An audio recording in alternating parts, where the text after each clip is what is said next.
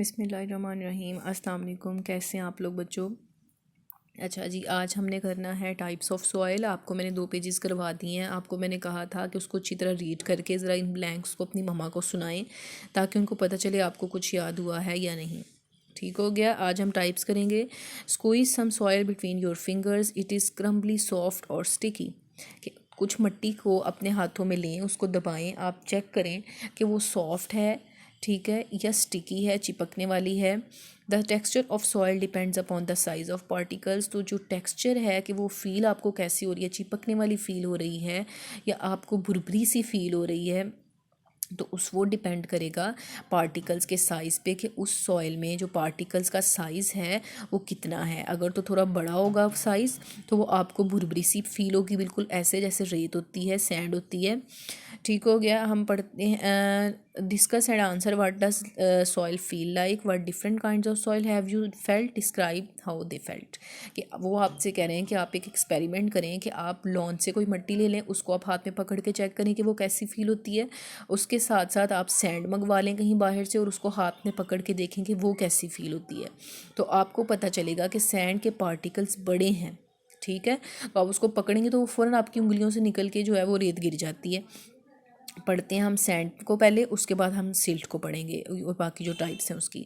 Sand क्या है? Sand is usually light in colour. के सैंड का जो कलर है वो लाइट होता है। Particles of sand are large enough that they can be distinctly scene.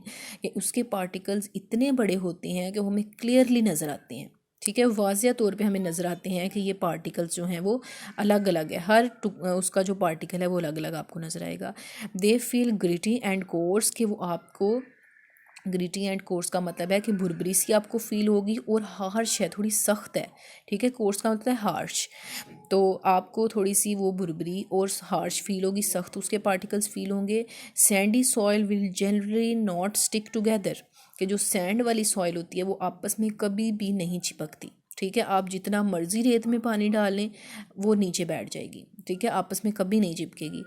When wet, it does not hold water and nutrients. के इसमें जो है वो वाटर भी नहीं रह सकता, उसके अंदर टिकता ही नहीं है, ठीक है, क्योंकि उसके पार्टिकल्स बड़े होते हैं तो वो पानी को जो है वो पकड़ नहीं सकते।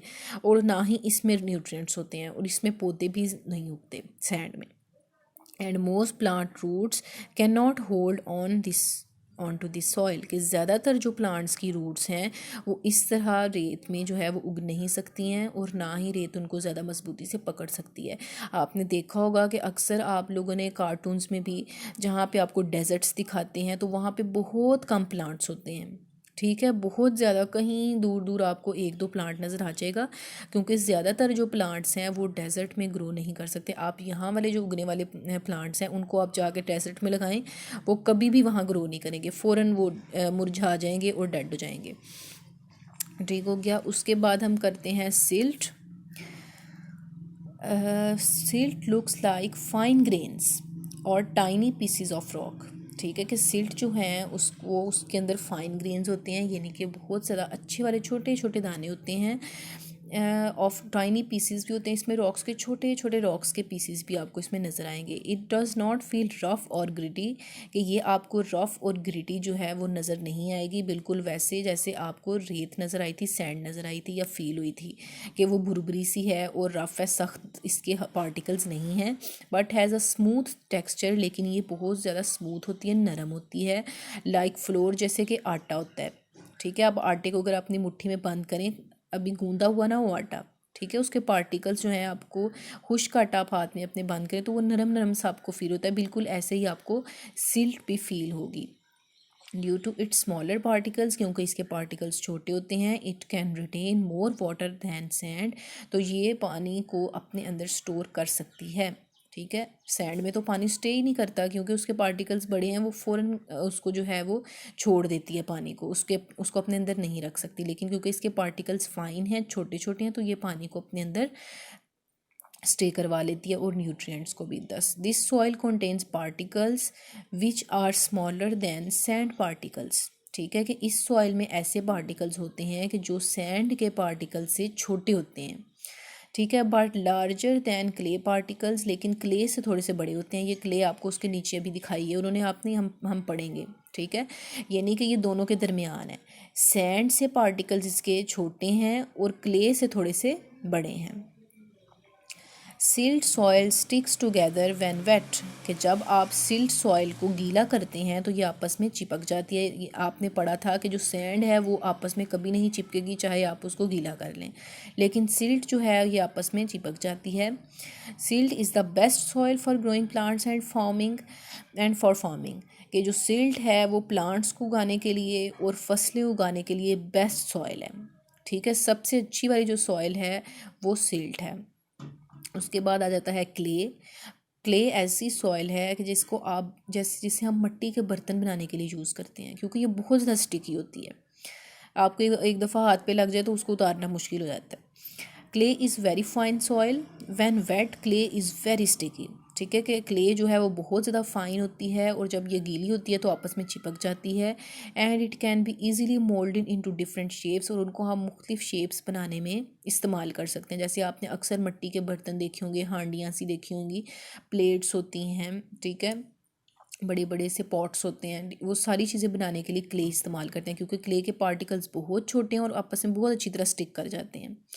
This is because wait clay can hold its shape after drawing, क्योंकि जो क्ले है वो ड्राई होने के बाद भी अपनी शेप को मेंटेन कर सकती है। कि अगर आप उस क्ले से पॉट बना देंगे तो आप उसको ड्राई करेंगे तो वो पॉट ही रहेगा, कि वो उसकी मिट्टी जो है वो भुरभुरी नहीं है, वो आपस अपनी शेप जो है जहाँ पे आप उसको लगा देंगे वहाँ पे चिपक जाएगी। The spaces between clay particles are very tiny, कि उसके दरमियान जो स्पेसिस होती हैं वो बहुत ज़्यादा कम होती हैं पार्टिकल्स में। Plant roots can not push through them and air can not get in. वो कहते हैं कि इसके जो पार्टिकल्स हैं उसके अंदर स्पेसिस इतनी कम होती हैं कि प्लांट रूट्स उसके अंदर जा ही नहीं सकती। ठीक है, और ना ही एयर उनके अंदर जा सकती है। इतने छोटे पार्टिकल्स हैं उसके और इतने आपस में करीब हैं कि उसके अंदर जगह ही नहीं है कि वहाँ पे एयर चली जाए या फिर रूट्स चली जाएं। Since most bacteria and insects need oxygen to breathe, they can not live in clay, क्योंकि बैक्टीरिया और बाकी ऑर्गेनिजम्स जो हैं जैसे कि अर्थवर्म वगैरह है उनको रहने के लिए हवा की ज़रूरत है। तो जब क्ले में हवा ही नहीं है तो इस तरह के ऑर्गेनिजम्स जो हैं वो छोटे और क्ले में नहीं रह सकते। ठीक हो गया, क्योंकि वहाँ पे हवा भी नहीं है और ऑक्सीजन भी नहीं है। उसके बाद है इन्वायरमेंटल वॉच। फ्लड्स कैसे आते हैं, फ्लड्स के बारे में कुछ बताएंगे आपको। In July 2010 heavy monsoon rains caused massive flooding in Pakistan that affected almost all the country, कि 2010 में बहुत ज़्यादा मानसून की बारिशें हुई थी। मानसून बारिशें कब होती हैं, आगे जुलाई और अगस्त में आएंगी। ठीक है, तो उन 2010 में बहुत ज़्यादा फ्लड आया था, पूरे पाकिस्तान को उसने अफेक्ट किया था। Fertile farmlands was destroyed by the flood water and rain, कि फ़र्टाइल फार्मलैंड क्या हैं, कि जो हमारे खेत हैं वो बहुत ज़्यादा उससे अफेक्ट हो जाते हैं। कैसे, कि जब फ्लड आता है तो वो खेतों में आ जाता है तो सारा पानी खेतों में इकट्ठा हो जाता है। जब आहिस्ता आहिस्ता पानी निकलता है उन खेतों से तो अपने साथ सॉइल जो है वो फर्टाइल ऊपर खेत में जो आपने रखी हुई है खेत में होती है तो वो उसको अपने साथ ही ले जाता है। ठीक है, तो अब क्या होगा कि जो अच्छी वाली सॉइल थी वो तो फ्लड के साथ चली गई, तो बाकी नीचे जो सॉइल है वो इतनी फर्टाइल नहीं रहती, उसको फर्टाइल बनाने के लिए भी बहुत ज़्यादा मेहनत करनी पड़ती है। When flood water subside the land is not the same. ठीक है, कि जब फ्लड का वाटर जो वहाँ से चला जाता है तो ज़मीन वैसी नहीं रहती जैसे पहले थी। The rich top soil vanish and sediment covers the surface. ठीक है, कि जो अच्छी वाली सॉइल थी, जो फर्टाइल थी, वो चली जाती है फ्लड के पानी के साथ, और जो सेडिमेंट्स हैं बड़े बड़े पार्टिकल्स रेत टाइप के वो वहाँ पे रह जाते हैं। It takes years for the soil to become enriched again, और उसको फिर दोबारा फर्टाइल होने में सालों लग जाते हैं। ठीक है, ये बड़ा नुकसान हो जाता है इस वजह से। उसके बाद हैं beautiful rocks. These rocks have been here for million of years, के बहुत सालों से, बहुत लाखों सालों से जो हैं रॉक्स एक जगह पे रहें तो उनकी शेप जो है वो बहुत प्यारी हो जाती है। ठीक है, they have contributed to the beauty of the earth, तो उनकी वजह से जो है अर्थ की ब्यूटी इंक्रीज़ हो जाती है। Is man improving what nature has given us, कि क्या हम नेचर को इम्प्रूव कर रहे हैं, कि जो हमें नेचर ने दिया है हम उसको सेव कर रहे हैं, उसको इम्प्रूव कर रहे हैं कि नहीं। आपका क्या ख्याल है।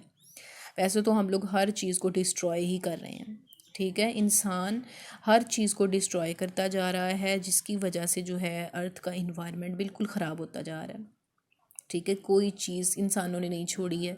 अगर तो वो फॉरेस्ट हैं, वो उसको काट काट के फर्नीचर बनाते जा रहे हैं, वहाँ पे बिल्डिंग्स बना रहे हैं, सारे फॉरेस्ट काटते जा रहे हैं।